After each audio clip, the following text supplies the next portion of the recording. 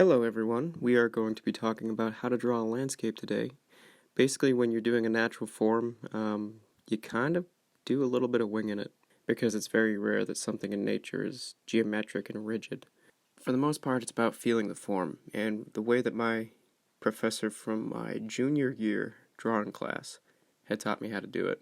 He had us draw this stump right here, put it down on paper, and he said turn it into something. Well, I decided to take this figure of a human and I turned it into this. So I started drawing these tree pull, as I like to call it. They're just tree people with textures, and you get to feel the form, the natural shape of the human body with these lines from the tree shape. It's kind of nice and fun to explore, but basically it comes into landscapes as you can see here. It's all about feeling the form, and you can do some really cool stuff with this.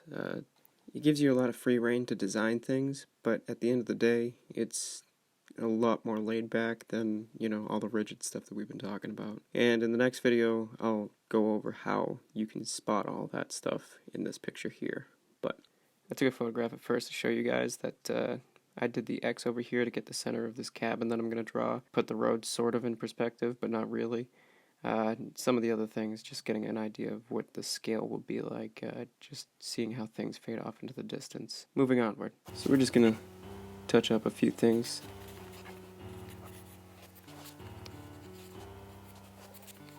This hole right here is almost like an ellipse, but it's just drawn naturally, just whatever way possible. It's not a perfect ellipse because it's a hole in the ground, and the ground is not going to be a perfect hole. So we're just going to put the moon up there. Just put in some rocks.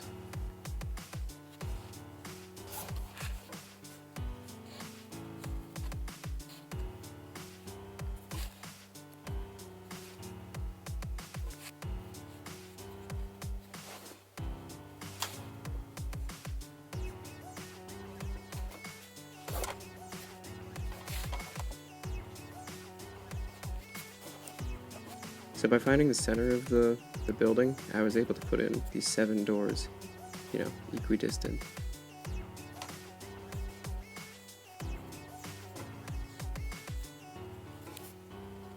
I'm going to wing it a little bit on some of these parts. See, I'm not taking up the ruler and putting it in perspective, because, why not?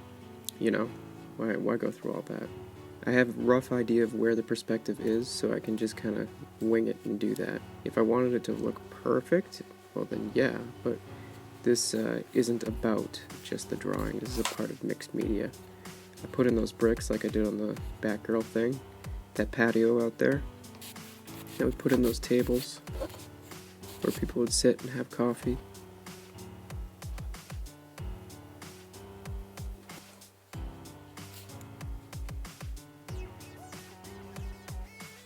And we get these umbrellas too. They're just a rough shape right now. I'll go in and make them look better later. Did the bricks. Now you can see I messed up, but I'm going in to do shingles on the roof here too. Obviously following the direction in which the roof's tilted. People always like details and they think it's like really talented, but it's just really meticulous drawing. It's really just a pain. But sometimes it can be therapeutic, a little meditative. So allow yourself to have fun with it and just enjoy the fact that you're doing something silly and simple. If I wanted those lines to look really good, I'd put them in perspective, but there's no way I'm going to do that. And I'd also make it so that it meets on the corner with the logs in the front. It's like a log cabin kind of situation going on here. And there's supposed to be smoke coming out of those stacks, but I'm just going to forego that because, for design purposes. So right here I do something funny. I put in those clouds and they're kind of roughly in perspective with the horizon line, but I rarely ever do these like choppy looking transparent ones, these clouds over here by the moon, but I wanted to give that look, so I pulled out a reference photo because I quite literally have never done it before.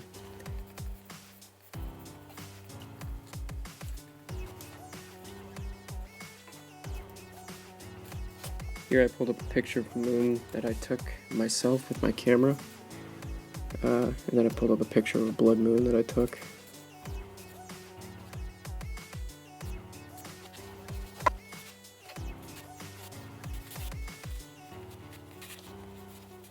Here we're going to build up the car, and we're doing it freehand, which is not too smart, especially with something that's structured like a car, you know, but it kind of looks like it's almost bent and twisted.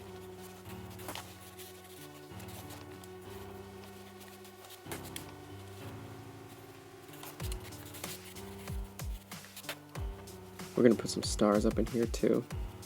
All those stars, by the end of this, you'll see that they just kind of disappear because I end up doing a different kind of shading that I'm not used to.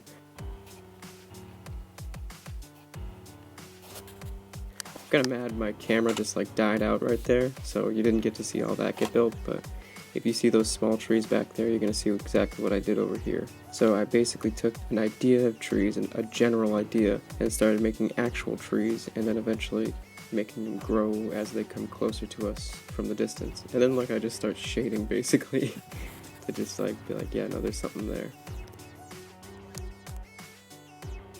So after all the shading, I did this blending thing that I normally never do. I always like the chicken scratch kind of look.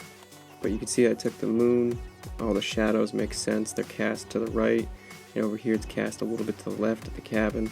And then the headlights, the shadows cast by the headlights, the trees fading off into the distance, growing smaller. I redid the umbrellas, just all that blending. If you guys would like, you can like and subscribe, and in the next video, we'll go over this a little bit more in depth. Okay, I'll see you guys later.